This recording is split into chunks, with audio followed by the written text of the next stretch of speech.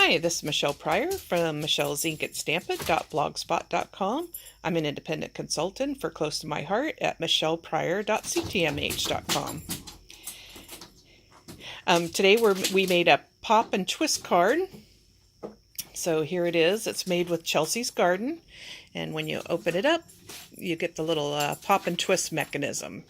It was we followed the video tutorial of Maymay on Maymay's Made It, and how cute is that?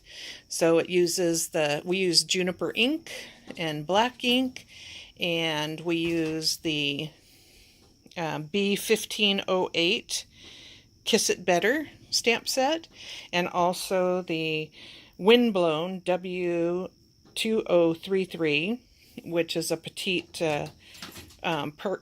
little M stamp, and that was about it. It was pretty fast and easy. We watercolored the butterflies after we cut them out, and that's it.